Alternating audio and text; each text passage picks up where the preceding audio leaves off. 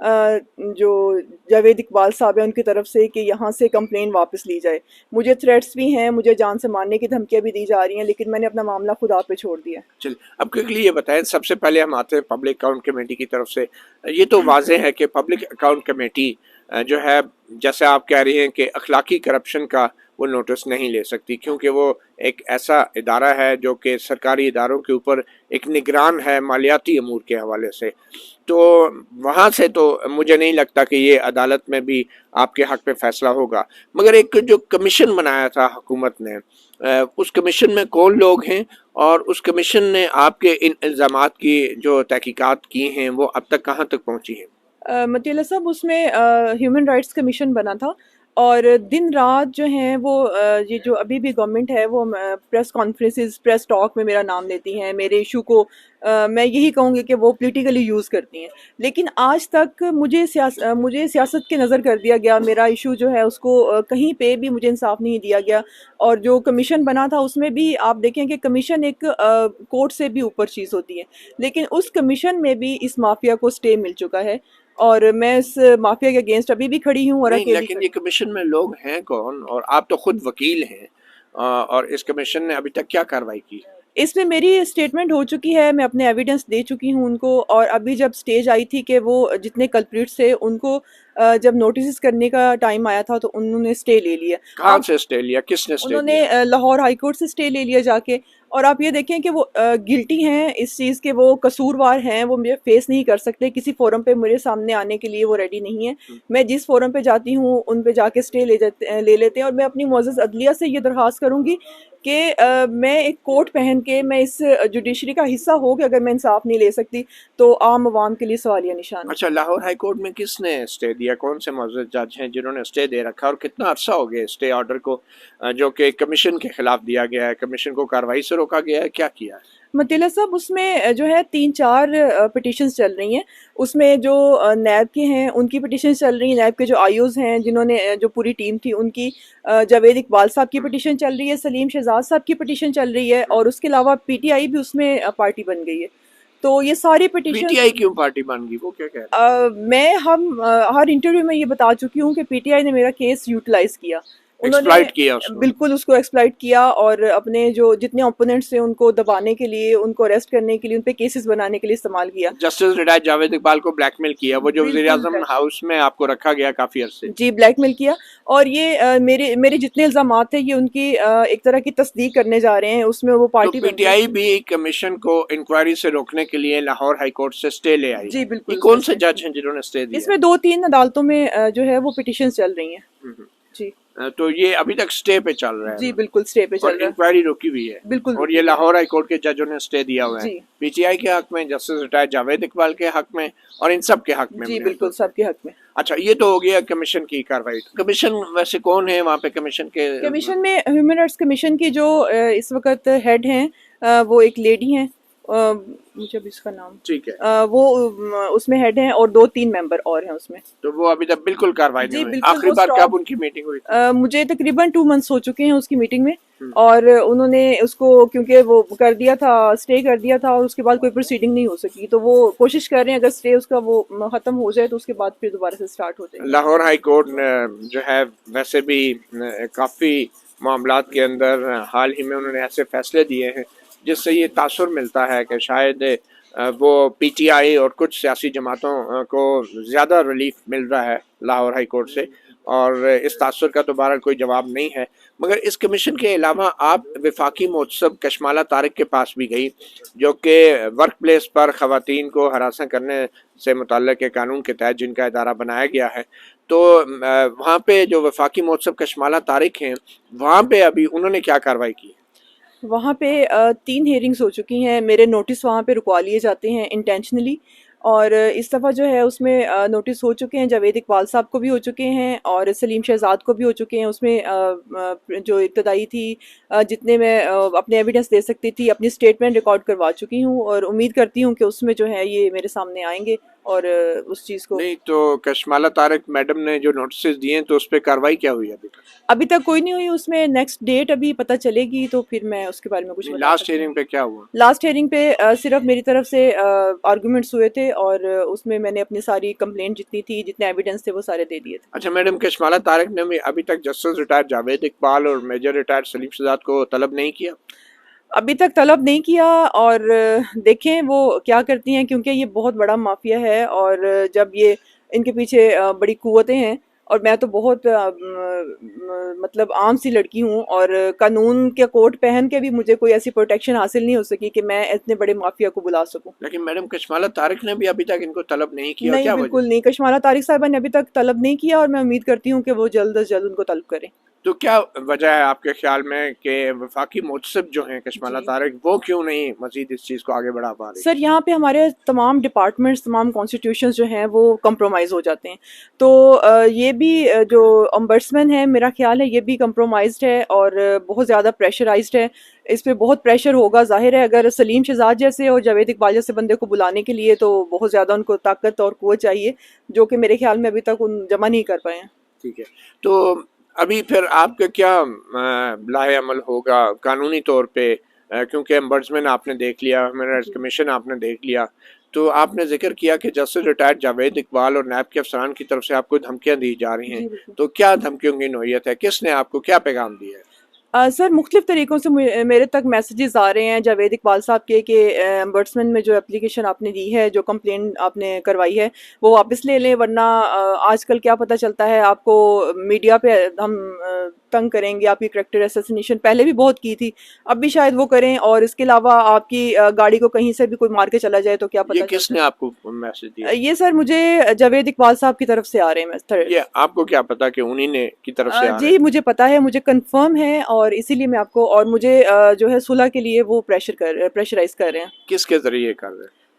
کافی سارے لوگ ہیں جو مطلب میرے ہسبینڈ کے ملنے والے ہیں اور میری فیملی میں جھنگ میں کافی سارے لوگوں کو اپروچ کیا جا رہا ہے.